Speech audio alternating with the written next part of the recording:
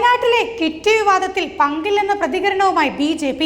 പിടിച്ചെടുത്തത് ക്ഷേത്രത്തിലേക്ക് വിതരണം ചെയ്യാനായി ഭക്തർ തയ്യാറാക്കിയ കിറ്റുകളാണെന്നാണ് വയനാട് BJP സ്ഥാനാർത്ഥി K. സുരേന്ദ്രൻ പറഞ്ഞത്. 200 രൂപയുടെ കിറ്റ് കൊടുത്താൽ ആദിവാസി സമൂഹം വോട്ട് ചെയ്യുമെന്ന് അർത്ഥമാക്കുന്നത് ആദിവാസി ഗോത്ര സമൂഹത്തെ അപമാനിക്കുന്നതിന് തുല്യമാണെന്നും K. സുരേന്ദ്രൻ പറഞ്ഞു.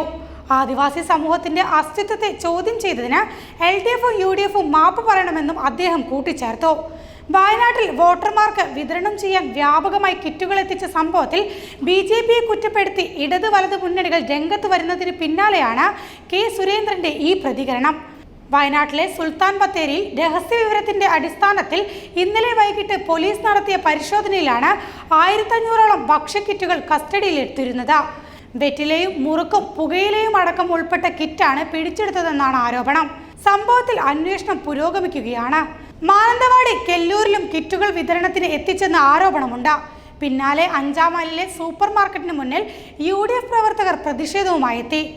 നേരെ ചൊവ്വെ മത്സരിച്ചാൽ വോട്ട് കിട്ടില്ലെന്നും അതുകൊണ്ട് കിറ്റ് കൊടുത്ത് തോൽവിയുടെ ആഘാതം കുറയ്ക്കാൻ BJP ശ്രമിക്കുന്നതായും T. സിദ്ദിഖ് MLA ആരോപിച്ചു. ആദിവാസി കോളനികൾ കേന്ദ്രീകരിച്ചാണ് കിറ്റ് വിതരണം ചെയ്യാൻ കൊണ്ടുവന്നതെന്ന് CPMും ആരോപിച്ചു. BJP സ്ഥാനാർത്ഥിക്ക് വേണ്ടി കൊണ്ടുവന്ന കിറ്റാണെന്ന് CPM കുറ്റപ്പെടുത്തി. ഇന്നലെ ഒരു ലോറിയിൽ നിന്നാണ് ഗോഡൌണിൽ നിന്ന് കിറ്റുകൾ കണ്ടെത്തിയത്. പിന്നീട് കെല്ലൂരിലെ കിറ്റ് വിതരണ ആരോപണത്തെ തുടർന്നാണ് ഇവിടെ പ്രതിഷേധം തുടർന്നത്. കടയ്ക്കകത്ത് കയറി പരിശോധിക്കാനാവില്ലെന്ന് തെരഞ്ഞെടുപ്പ് ഉദ്യോഗസ്ഥർ പറഞ്ഞു. പഞ്ചസാര, ചായപ്പൊടി, വെളിച്ചെണ്ണ, സോപ്പ് പൊടി, ബിസ്ക്കറ്റ്, റസ്ക് തുടങ്ങിയവയായിരുന്നു കിറ്റിലുണ്ടായിരുന്നത്. ചില കിറ്റുകളിൽ വെറ്റില, അടക്ക, പുകയില എന്നിവയും കണ്ടെത്തി. വയനാട്ടിലെ ആദിവാസി കോളനികളിൽ വിതരണം ചെയ്യാനാണ് കിറ്റുകൾ തയ്യാറാക്കിയതെന്നും BJP പ്രാദേശിക നേതാക്കളാണ് കിറ്റുകൾക്കായി ഓർഡർ നൽകിയതെന്നുമാണ് ആരോപണം. സംസ്ഥാനത്ത് നാളെ വോട്ടെടുപ്പ് നടക്കുന്ന സാഹചര്യത്തിൽ കിറ്റുകൾ എത്തിച്ച സംഭവം BJPക്ക് ഉണ്ടാക്കുന്നത് വലിയ സമ്മർദ്ദമാണ്.